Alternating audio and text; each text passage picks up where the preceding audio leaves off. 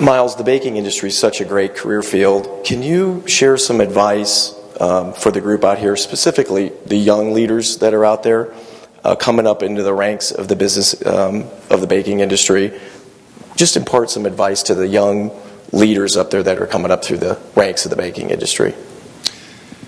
Sure, I think it's necessary as an up-and-coming young executive with leadership ambition to networking within the industry is extremely important. If you're an executive or would like to be an executive leader and you're a baker, then you ought to be a member of the ABA if you're not, and the ELDC.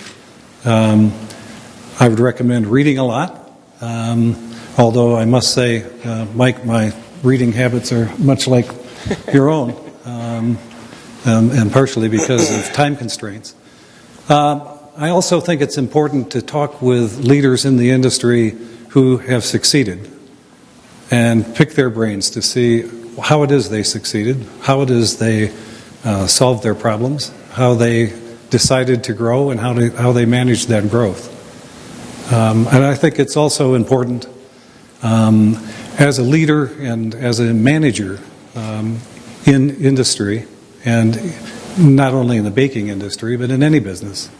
I think it's important to stay sensitive to the people that you're working with and who are working for you. I mean, my brother and I often talk about the fact that these people that we work with spend more of their waking hours with us than they do with their own families.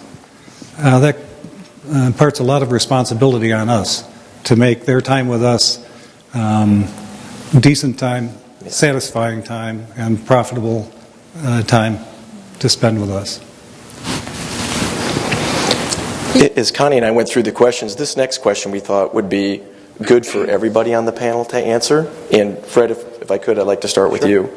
Is there a learning that stands out in your career that you remember well that you'd be willing to share with us? And what were the takeaways from that particular learning? I have to preface the answer here because we were doing some prep work earlier, and Pete substituted the word learning for mistake. It originally was a question around a mistake in your career, and I boldly stood up, raised my hand and said, I'll take that one. So I'm sure we've all had our mistakes, but it really is about learning. And I'll just cite this one. When I was running the Entenmann's business, and many of you it may resonate with many of you, there was this thing called Atkins that came along. Not too dissimilar to some of the things that are going on in our industry now with these various books that are out there. But in any event, Atkins came along, and it was a really big deal for a short time. And many CPG companies aggressively went after Atkins types of reduced carb or carb-free products, sugar-free products, etc.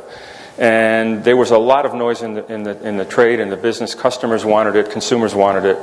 And so in our business, we decided to jump in and come out with Atkins products, endorsed by Atkins.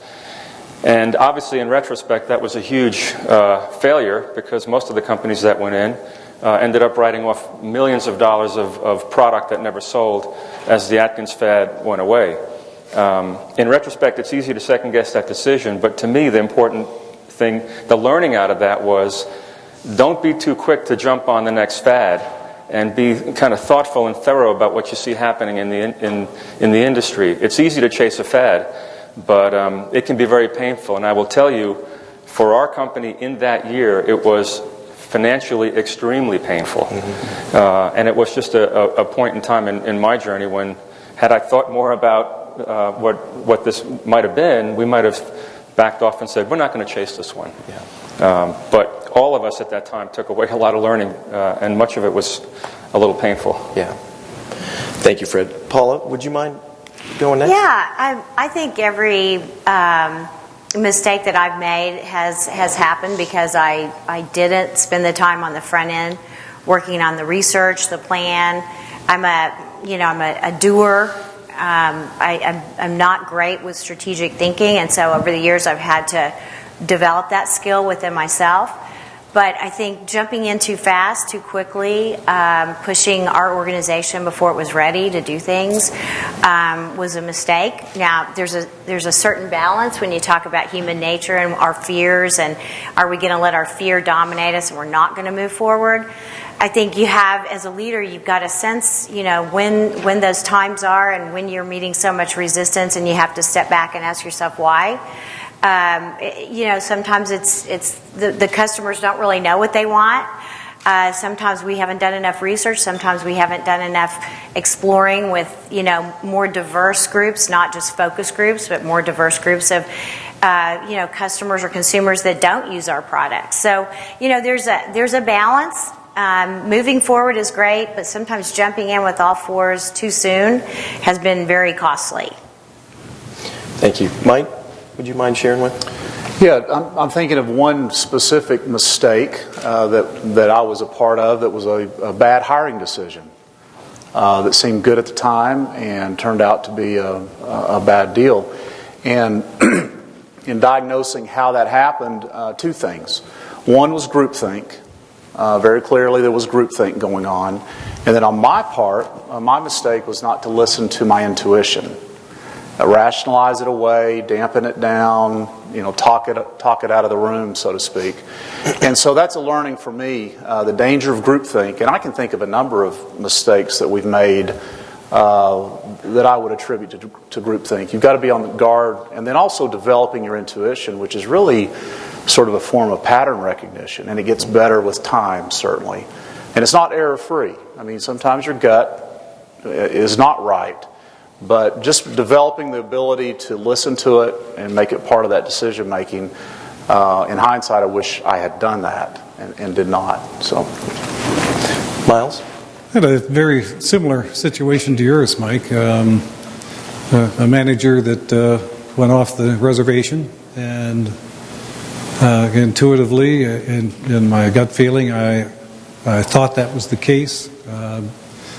And yet when I made site visits to the plant and spoke with him, the staff, and the production staff, the answer didn't indicate any problem. And finally, the atmosphere reached a point where I decided it was going to be necessary to go spend at least a week on the property. And at that point, I finally was able to free up communication enough in the plant to find out that I really did have a leader in that plant that was inappropriate, whose management style was contrary to anything that we had ever tried to inculcate throughout the organization. And clearly, there was not a place for this person in the operation. And the departure was shortly thereafter. So my takeaway from that, I guess, would be something akin to Ronald Reagan, trust but verify. And if you think it's wrong, or if you think something's wrong, there's a good chance that you need to rely on yourself enough to know that there probably is, and you need to pursue that and ferret that problem out. Yeah. Thank you. We appreciate that. So Mike made me really nervous when he said a bad hire. I was thinking, surely he would not deliver bad news while I'm sitting in front of all of you, right? So it resolved itself pretty quickly. I feel better now. So, thank you. So my next question, the question next is for Paula, and I'm a huge admirer of Paula. And the first time I met you was at an ELDC meeting, and you just returned from China, and she seemed so fearless, traveling all over the world, and it was just, I have admired her ever since. And her staff hosted a group of us from McKee at her facility to share with us their health and wellness efforts. They've just been so gracious, and they're just good people. And so my question is, what advice do you have specifically for women in the baking industry, maybe those that are just beginning their career and those maybe in the middle of their career? Any advice specifically for women?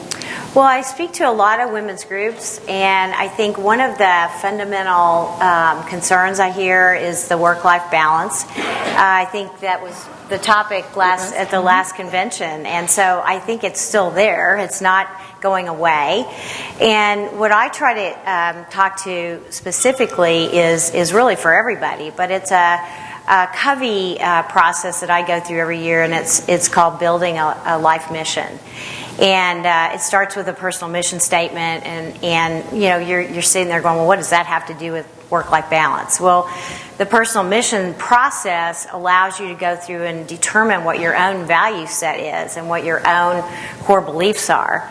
And once you determine that, then you build out your goals, and from that you build out your time management. So from a point of, rather than letting life drive us, we drive life. And I've actually had women call me and say, you know, that was one of the best pieces of advice I ever got, because it allowed me to decide for me where my life was going to go. And I will say, if your family and your children are your priority, or your grandchildren or whatever, you've got to reconcile that within your own body, within your own soul, within your own mind. You can't be two places at once. So when you have to make those choices, it becomes much cleaner and much clearer, and then you will align your career around a job that allows you to spend time with your family. If you want the career and that's your overriding core belief, your own core priority, and that's your value, then that will help you rid yourself of the guilt of not spending time with your family. So I know it seems, and they're really difficult choices. There's not a good choice for, especially I think for women, when we're still doing a lot of the raising the children and putting food on the table, and all of those things pull at our very core and our very soul and our very heart. So I would say, start with yourself first, decide what your value set is, and then you can let your career follow that. And I will say to every woman I ever meet, you may not be aligned with being the president of a company, or even a regional vice president, or a senior vice president, or in the high level roles. Because if family is at your core and your priority, and you want to rise to a level, at a certain level in a company, and that's your aspiration, those two things do not mix. Because most women I know today that have high-level careers have a stay-at-home husband, or they have a situation where they have caretaking being provided at the home by someone other than themselves as the primary person.